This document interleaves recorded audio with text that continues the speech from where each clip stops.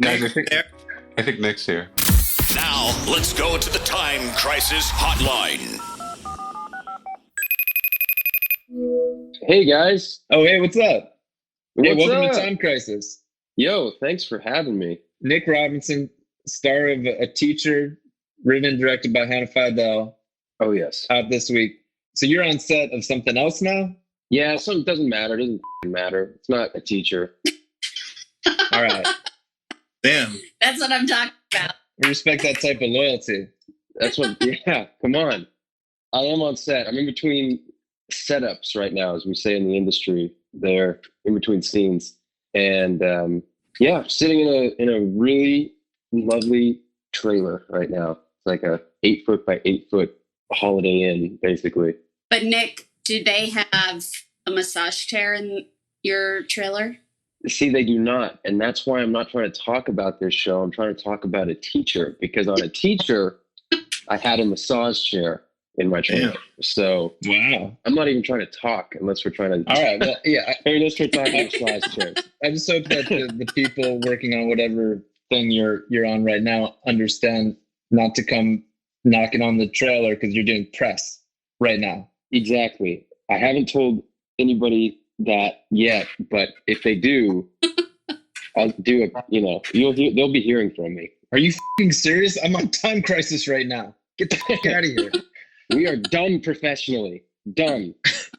Well, Jake, maybe you should ask some questions because I know the basic premise of A Teacher, but until I go to the virtual premiere next week, I've seen little outside of the trailer. And any TC heads might remember that I think we did an episode where Jake was up in Canada on set, right? Yeah, I was up in Calgary last September for quite a while. That was the Bon Iver episode.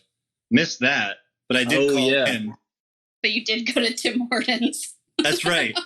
I did go to Tim Hortons, and there was on the set of A Teacher, I remember it was like 3 a.m, and they had like a lunch break or a coffee break, and then there were multiple cartons of coffee available, and the options were Starbucks or Tim Hortons. Nick, for a little background, we've talked Tim Hortons extensively on the program. Timmy's. So, Nick, when you were doing A Teacher, would you go Tim Hortons or Starbucks? Hard-hitting question here. Look, I'm glad we're getting right down to the meat and potatoes here of what this show's all about. Hot take, Tim Hortons sucks. I'm sorry to all of our Canadian listeners. I'm sorry to anyone I'm offending right now. I don't want, don't cancel me, but Tim Hortons is not There's good. a Canadian on right now, Seinfeld 2000. Yeah. No, I mean, it's a hate crime. Also, as a Seattleite, I just, my loyalty is to Starbucks. Oh. Not that it's that much better. So you're but you're born and raised in Seattle? Yes. So that global, international corporate chain has a special place in my heart. Do you feel the same way about Costco? I actually feel stronger about Costco than I do about Starbucks. Thank you for bringing that up because I unabashedly love Costco. You and my dad.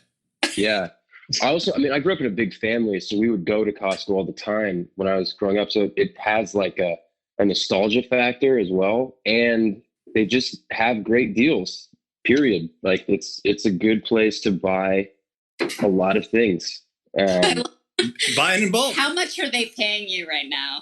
This is a free advertisement for Costco, which in some ways is a lot sadder. I'm getting $0 for this plug. Is there a kind of how like there's a first Starbucks in Seattle? Is there a first Costco that you can visit? That's a good question. I don't actually know the answer to that. Although my grandmother was one of the first employees of Costco, and I think the first one was in Kirkland, if I'm not mistaken. Hence their signature brand, Kirkland Signature. Wow. Wait, so Kirkland's a town in Greater Seattle? It's like a suburb, and I believe that's where it started. Wow, that's got to be a real source of pride for Kirkland people, just to know that there's millions of Americans walking around with the name of their town on their jeans, their shirts, their sneakers, their vodka, water bottles, big thing of peanuts. Yeah, everybody's walking around not understanding that they're representing a little town in the Seattle area. Well, I'm glad I could put this issue to rest officially on Time Crisis. Kirkland rocks. Kirkland Signature is great. And, and the vodka is just a hot tip for anybody. It's Grey Goose. It's just branded differently and substantially cheaper. Really? That's a hot tip. Yeah. Look, I think that's like a TC drop right there. Yeah, Oh, that's crazy. we really went off on a tangent, though. I didn't mean to sideline our interview into Kirkland's signature. Honestly, this is not a tangent. That's just time crisis. Okay. You quickly Great. found your lane. It takes other people a much longer time. Sincere question. What did your grandmother do for Costco? Dude, that is a great question, and I actually don't know the answer to it. I think I remember some story about her being one of the first voices for Costco in their commercials, and I think she also worked in their corporate office, but I don't know. I'll have to get back to you on that. Maybe we should have a follow-up episode where we can bring my grandma in to talk about her experience as a we would love that. rep. Yeah. Nick's eyes just lit up. I also got to say that just when you guys were talking about first Costco, that sounds like the title of a movie. I would say that sounds like the title of like an Oscar-winning movie.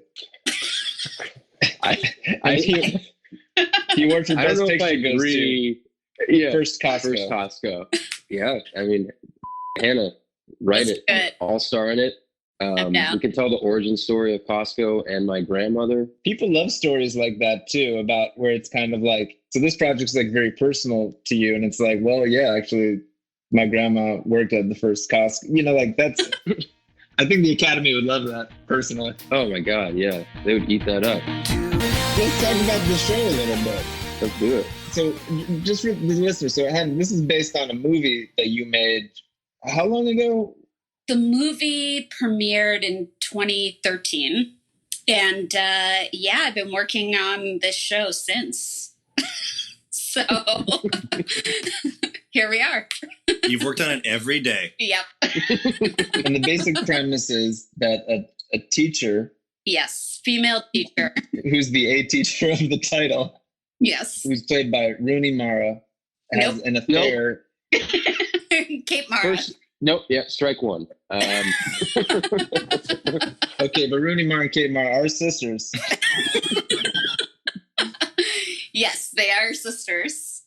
Kate is the elder of the Mara sisters, and she plays a teacher who has an affair with one of her students, played by Nick. Heyo. This is high school, just to be clear. Yeah. He's a senior in high school. He's 17 when the affair starts. He turns 18. And it's a mess, folks. And the show explores how they hook up. I'll just jump in here. Yeah. You see the origins of the affair. It burns bright and hot for a little bit, and it burns out and explodes like a supernova very tragically and dramatically. And then you see the fallout as the characters go their separate ways over the series, and you see their lives unfold over months and years even, and how this affair affected their life long term. It's a head show. It's a great show. I'll sign off on it. Thank you. I've seen it like 80 times.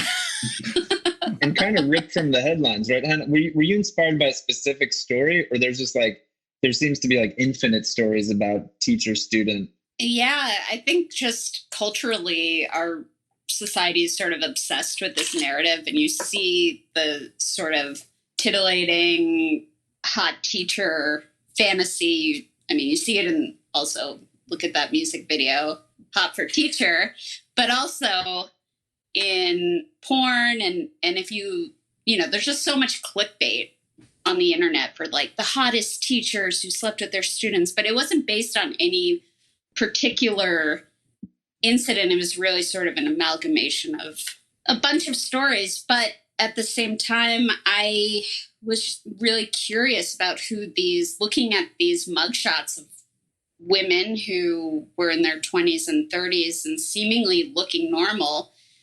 You know, it's not the traditional idea that I think a lot of people have of what a predator is. So, you know, these women aren't like the man in the van who pass out candy to kids to lure them. The show is about the complicated nature of consent, specifically, and why I chose to have Eric, who Nick plays, be like one of those kids that we all knew in high school who looks 25, but who's actually 17. Well, yeah. I also was 24 when we shot it, but we'll put Yeah, that aside. but I mean, the reason why that worked is because we had to also age you up Exactly. over the course of the show. But, you know, we all went to school with those guys who like looked like men, even if their brains weren't fully developed. So that sort of interesting gray zone was, you know, it was just, I keep saying interesting to me, but it provided a lot of complexities to a clearly wrong story, but it allowed for the audience to sort of really question, I hope, morally what's right or wrong. And Nick, are you 25? I'm 25 now. Yeah, I was 24 when we shot the show, and then I turned 25 in March. But I also never thought that I would go back to a high school yet again. But I think Hannah's material was so compelling, and the team she assembled was so strong that I sort of had no choice. I was just like, all right, I guess I'm doing this again. But it also was exploring a totally different side and a different take on sort of the, you know, it was set in high school, but that's not really what it's about. And you see a lot of it, of the story takes place post high school, post the relationship. And there's just a lot of ground to cover. And I think the show has a lot to say and is exploring relationships like this in a really nuanced way that I hadn't seen before. So all of that was exciting to me. Exciting enough that I broke my ultimatum that I would never do a high school script again. My ultimatum that I made on Ellen, actually, on national television. And then I went back on my word. You told Ellen that? Yep. Yeah, I did. But yeah, I mean, at any case, we did this show, and people should go see it. I think it's well crafted and has something to say as a new take on. Well, it's so really good. So. Yeah. Oh, yeah. For your awesome performance. Oh, well, thank you, Hannah. My performance would have been nothing without your graceful directing touch. It's all. Little Hollywood ass kissing going down. Yes. This is how the game is played, folks. This is how the game is played. No. Are these episodes dropping one at a time? No, it's the first, on Tuesday it'll be the first 3. And then after that it'll be 1 a week. But what's exciting about the first 3 is it sort of like just propels the story forward in a crucial way. So gets you right up. Are you guys doing a lot of press besides Time Crisis? Actually, this is a Time Crisis based, like most of our press itinerary is based on Time Crisis. So I'm glad to hear that. We're the cornerstone of the campaign. Yeah, this is a big interview for you then. Huge. We need some kind of like bombshell to drop on Time Crisis so that, you know, then we'll get like the HuffPo repackaging and the local news websites. Any pranks on set? Pranks. I mean, I sort of forced Nick to like come out super late every night after we were done shooting, and I forced a lot of people to do that and do karaoke and let off steam. There was a lot of late night karaoke on that job. What was the name of that karaoke bar? Ooh, That had a good name. I don't remember. That's a good question. Disappointing. Well, there were 2. I mean, there were 2. There was one we had the rap party at, and there was the one that we would go to our regular spot. But then there's also kitchen karaoke. Kitchen karaoke? I don't remember kitchen karaoke. Oh, well, I guess you weren't. Wait, which one was kitchen karaoke? Kitchen karaoke was when we did karaoke. Oh. I thought you were, okay, yes. When we did karaoke in the kitchen. I thought that was the name of a bar.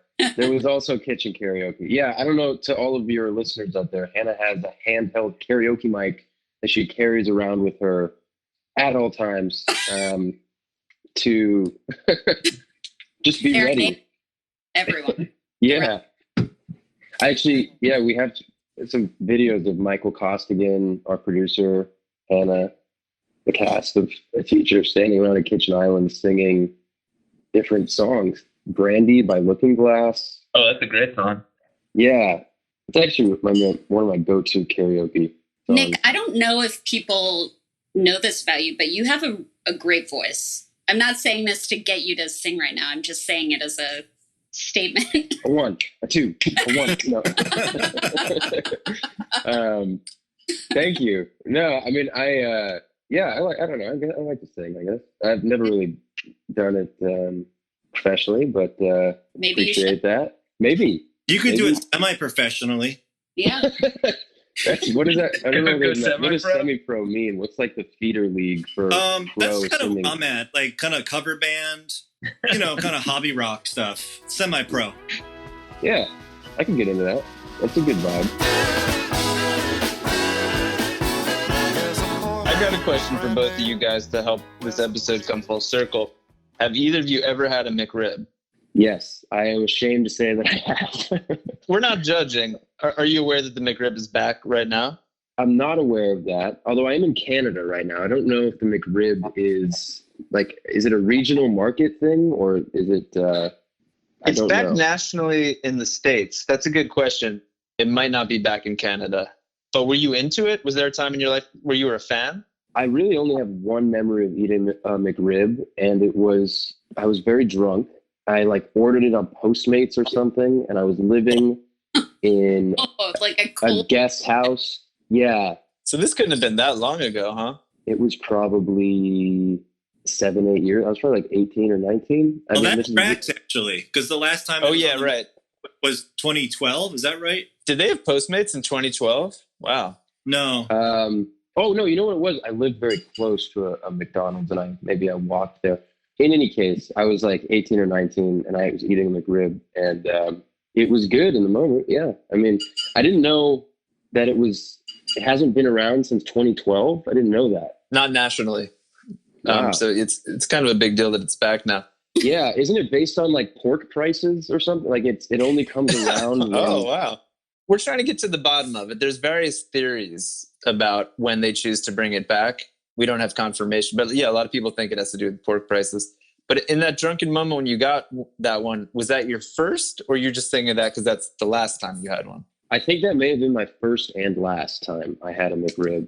There's just something about ordering anything at McDonald's that isn't a Big Mac I'm kind of weird. I go for a fillet of fish sometimes, which I know sounds gross, but they're not bad. I don't know. My dad used to order them.